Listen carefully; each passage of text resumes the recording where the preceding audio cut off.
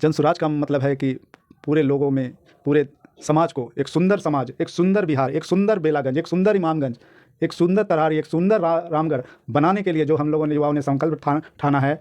और इसी संकल्प के साथ इस जन स्वराज का नींव रख हम व्यवस्था सुधारने आए हैं। हम अराजकता से, अशिक्षा से, भ्रष्टाचार से, जितने भी कुरीतियाँ इस समाज में फैला उसको से निजात दिलाने के लिए जन स्वराज आया है और हम सुंदर राज बनाने के लिए। इसलिए जनता के लिए और जनता के द्वारा जन स्वराज सरकार चलाएगा। आगे भी इस तरह के जनता को हम आश्वासन देना चाहते हैं कि ये आपका सरकार रहेगा। नमस्कार, मैं गोलू सिंह, आप देख रहे हैं बिहार टुडे न्यूज़। मैं अभी गया में हूँ और गया में डॉक्टर बी.डी. शर्मा के पास हूँ। और बी.डी. शर्मा सर के पास इसलिए आज पहुँचा हूँ कि आज जन स्वराज, ये पूरे बिहार में जो जन स्वराज का पार्टी बना है उसमें 25 सदस्यीय टीम में इनको रखा गया है, प्रभारी बनाया गया है पूरे विधानसभा देखने के लिए। स्वागत है सर आपका। बेला विधानसभा 25 सदस्यीय टीम प्रशांत जी ने बनाए हैं, उनका एक सदस्य हूँ। और पूरा बेला विधानसभा हम लोग की देख रेख में लड़ी जा रही है। और इस चैनल के माध्यम से आप लोग को बहुत बहुत शुभकामनाएं। आप लोग बहुत अच्छा काम कर रहे हैं। माहौल बना दिए सर जन स्वराज क्या है? जन स्वराज क्या नहीं है ये पूछिए।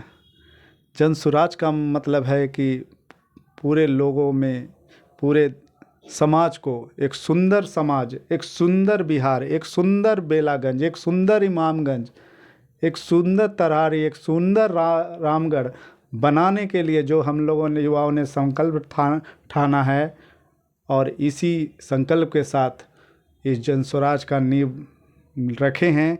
और निश्चित ही हम लोग एक सुंदर राज बनाने के लिए सभी युवाओं से अपील करते हैं कि इस मुहिम में शामिल हों। एक अथी चल रहा है सर, आप दो जगह के बात चल रही है, तरारी और बेला में कैंडिडेट क्यों बदला गया सर? देखिए, ये कोई बड़ी बात नहीं है, राजनीति में ये सब होते रहता है। हमने कैंडिडेट जब हमने चुना, आप बेला का ही बात कर लीजिए, तो हमने प्रोफेसर साहब को चुने थे, लेकिन उनको एज फैक्टर था।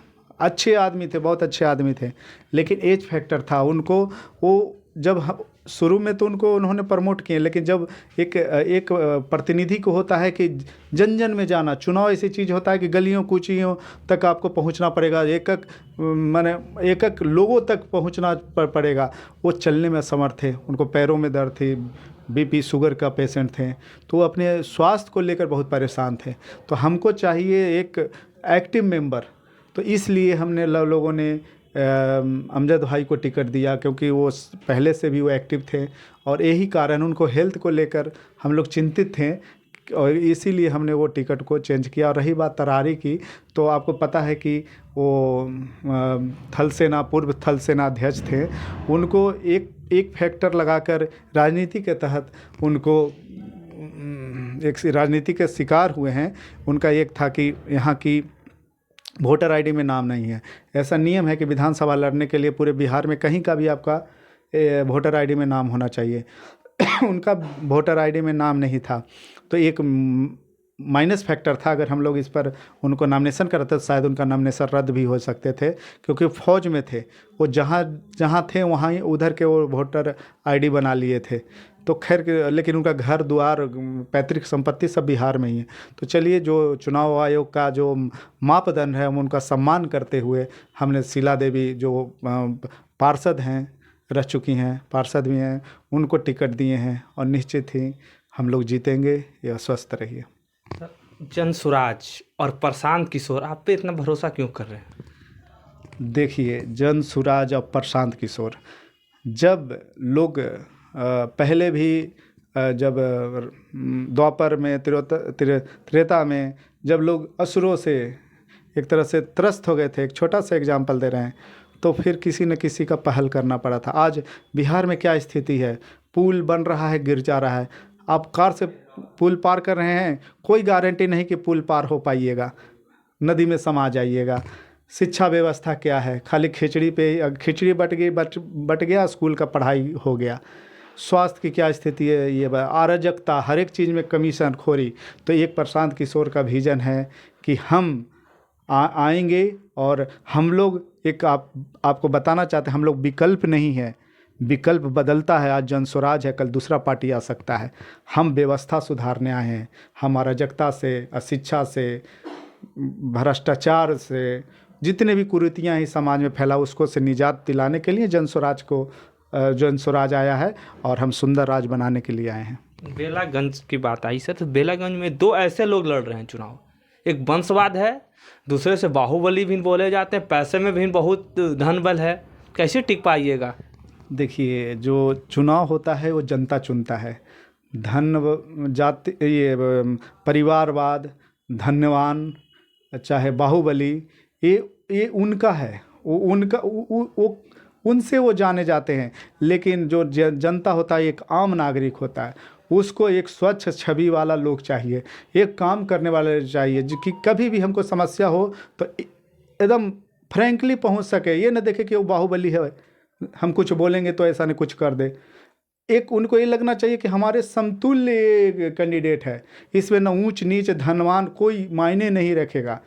ऐसे कैंडिडेट को चाहिए ताकि जनता का भरोसा ये कैंडिडेट पे हो कि ये जनता ये जो कैंडिडेट है हमारे लिए है, ना कि हम उसके लिए हैं। इसलिए जनता के लिए और जनता के द्वारा जन स्वराज सरकार चलाएगा।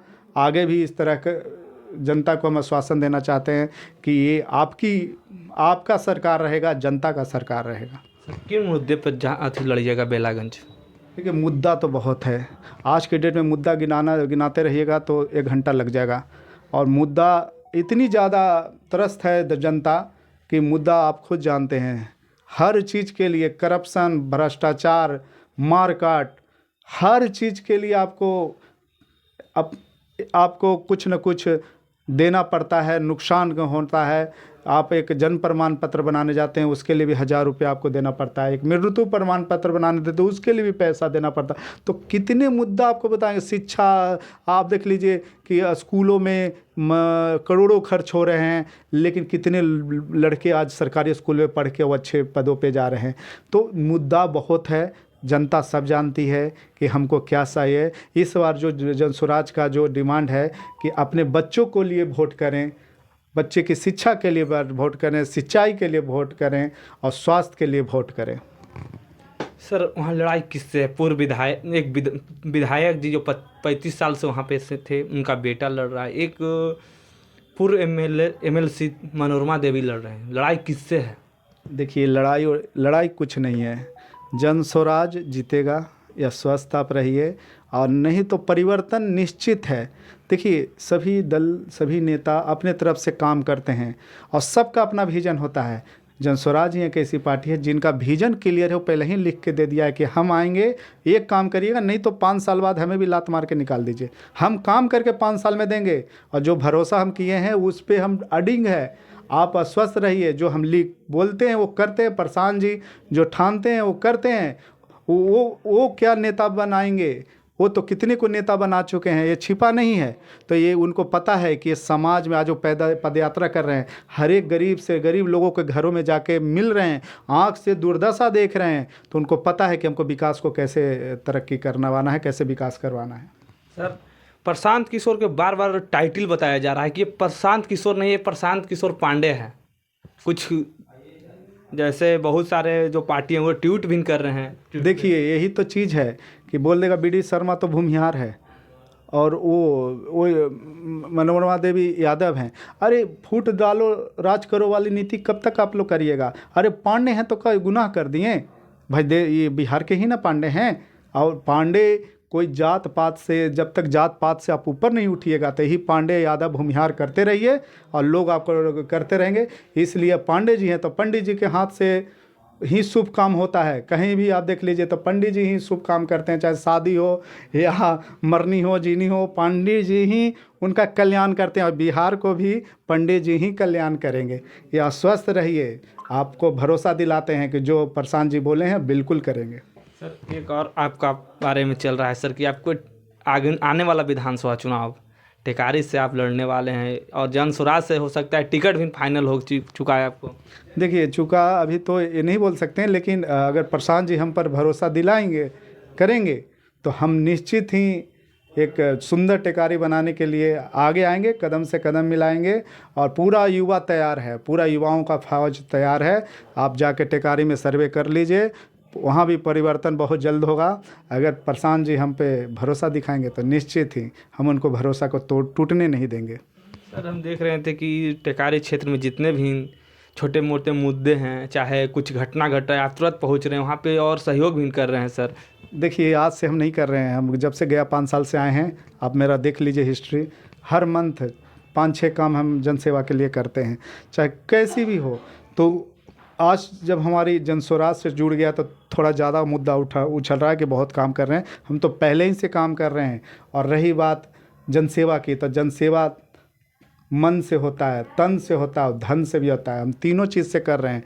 और एक जनसेवक को जनसेवा करना ही चाहिए, वो जनता के लिए होना चाहिए, ना कि दिस डेट में फालतू कामों के लिए। जनता की सुख दुख में अगर खड़ा है तो वही एक जनसेवक है, वही एक सच्चा इंसान है। बेला में चुनाव है सर, क्या संदेश देना चाहते हैं जनता को? हम तो यही बोलना चाहते हैं कि सबको देखा बारी बारी, इस बार जनस्वराज को आप देखिए। और जब तक आप अच्छे आदमी को नहीं दीजिएगा, डरा धमका के आपको से वोट लिया जाएगा कि फलना आ जाएगा, ये आ जाएंगे, ये आ जाएंगे। अरे ठीक है, उनको आप देख लिए हैं, एक बार जनस्वराज के देख के देखिए। 5 साल का टैरिफ भरिए और 5 साल में अगर काम ना करे तो निकाल फेंकिए। लेकिन हम आपको बताना चाहते हैं कि जनस्वराज जो बोलता है वो करता है।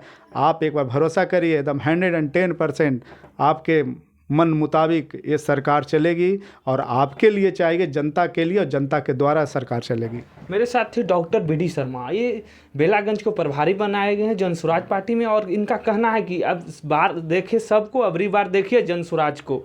मिलते हैं अगले वीडियो में। जय हिंद।